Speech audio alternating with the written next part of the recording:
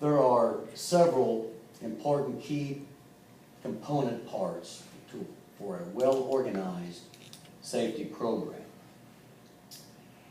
Those will include a management committee and employee involvement, a risk evaluation system, a policy dealing with workplace violence prevention, keeping track through employee training, a record-keeping system, and some kind of program evaluation to determine program success. Let's see and let's review what we already have in place and what makes up and who makes up the committee for this well-organized management group. First thing, we have a public information officer who also serves as a safety coordinator. We do have a support service employee, a secretarial employee, custodial employee, in other words, involving the classified staff, and also a school nurse. Also, we have involved the director of building and grounds, director of food services, director of support services, director of human resources, one school resource officer, and the director of career and technical education. The responsibilities of these committee members, as you can see, will involve, but not limited to, informing of safety hazards, advisors pertaining to operations. But the area that we really want to improve on and really focus on, in which we feel like can improve school safety across the entire district, and especially here at Hutchinson High School, is employee education and training as we see changes need to be made. Review all accidents reported during a respective month, investigate and follow up accidental trends, promote safety awareness with all employees, to maintain a current crisis plan and other duties that the committee feels like needs to be addressed. Each and every year, a risk evaluation will be conducted, and this will include, but not limited to, building access, lighting, door locks, alarms, and isolated spaces that need to be addressed. Each year we will have, and we do have, staff surveys that will be completed, considering how data will be used when writing the questions. Responses, of course, will be confidential. They'll be easy to complete for the staff, so they make sure that they do those and they are returned. Small groups of staff members, and also a neutral facilitator with those. Violence prevention is important, crisis response, domestic violence in the workplace, workplace conflicts, and also relations with local authorities is so important with fire and also police. As we've talked about throughout the class, understand what violence is, and also examples of violent behavior as we have gone over and included, emphasizing bullying, what bullying is, fighting, weapon use, electronic aggression, and of course gang violence. As we've all known, that school violence occurs on school property, on the way to or from school, on school-sponsored events, activities.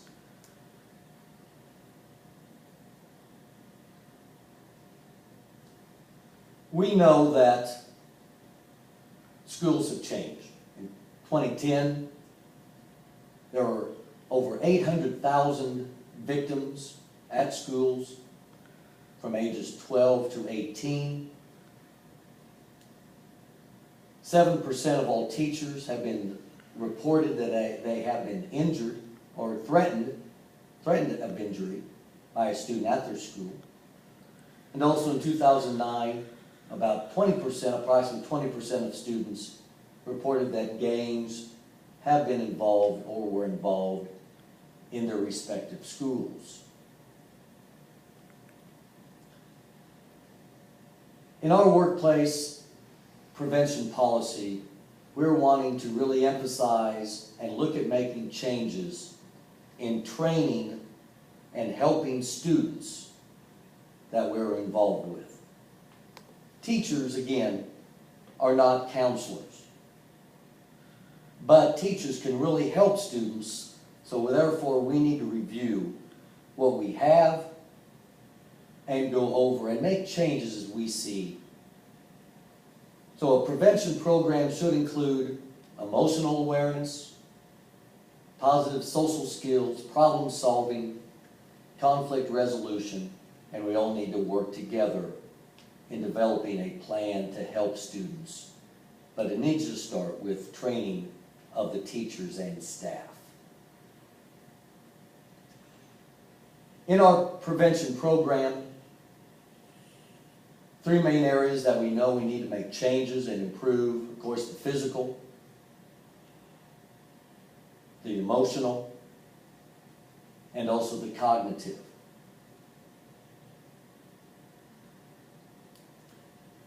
In our prevention program,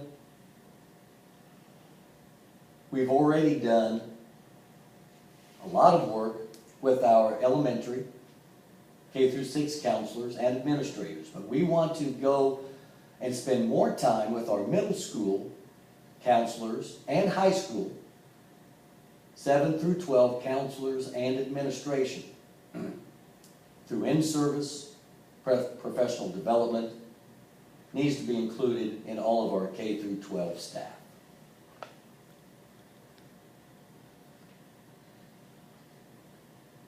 Our prevention program,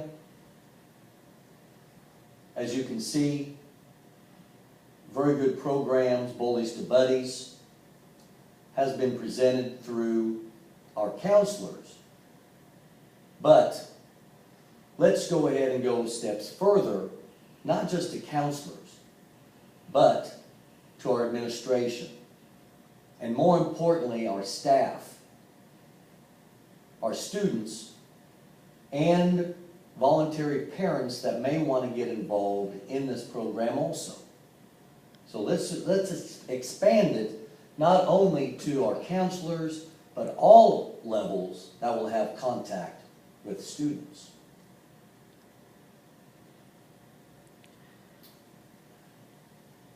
Our current policy that we have in place is online, but let's go a step further. How can we get it out to the people that we need to? Let's review all different parts periodically at meetings, not just at one meeting, and let's review all parts of the workplace violence and explain what it is.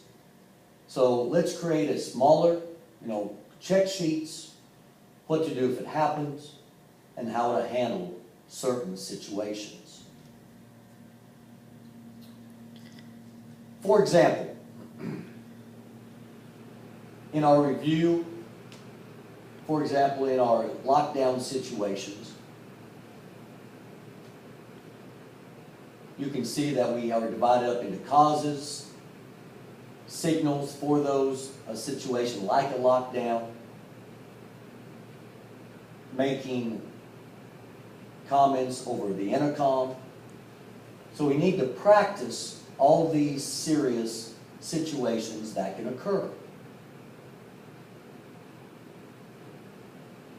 Let's continue to look at our teachers' actions, what we should do in each situation. And in this situation, as a lockdown, we need to make sure we know and review it periodically. Not just at the beginning of a year, but continual review so the teachers understand procedures in a very intense and stressful situation.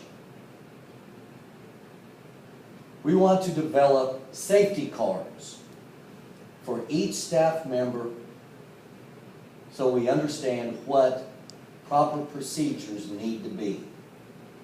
One example would be intruder cards. What to do if an intruder steps into a building. Hazmat. What do we need to do in certain situations? And this will be distributed on cards to our teachers. Medical emergencies will also be on our cards,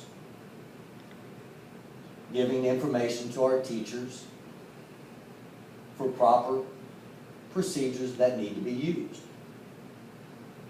Fire, not only on paper that we know, but let's put them on cards so we can review periodically.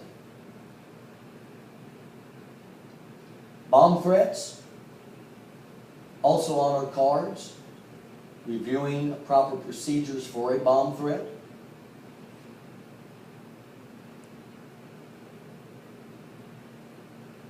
Tornado warnings,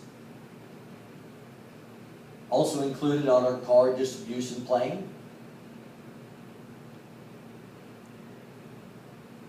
So our cards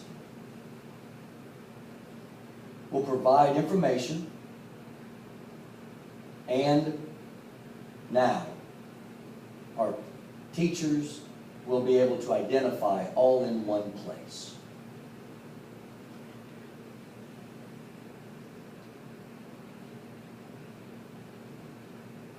We also would like to see change,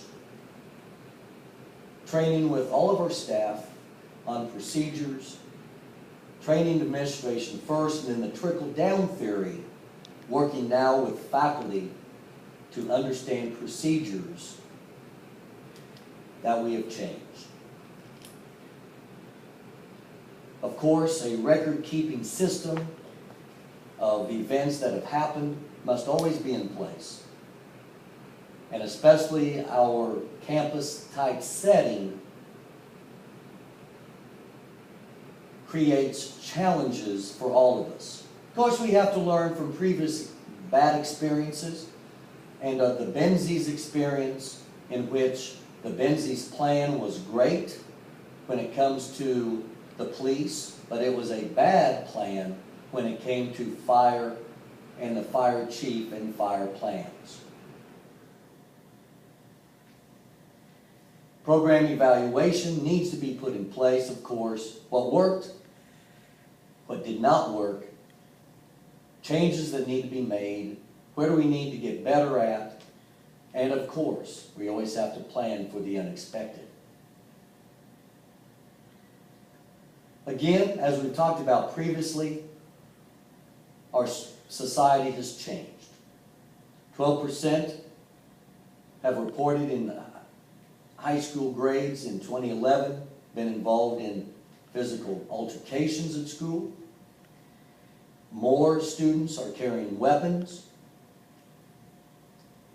and threats on weapons are a continual problem in schools. Again, in summary, our key focuses will be on employee training and awareness. Let's just don't go online for procedures. Let's have cards in place so our staff can be helpful in all situations. We have to work together. We have to be out in the hallways and be ready for situations that will come up as we see situations arise.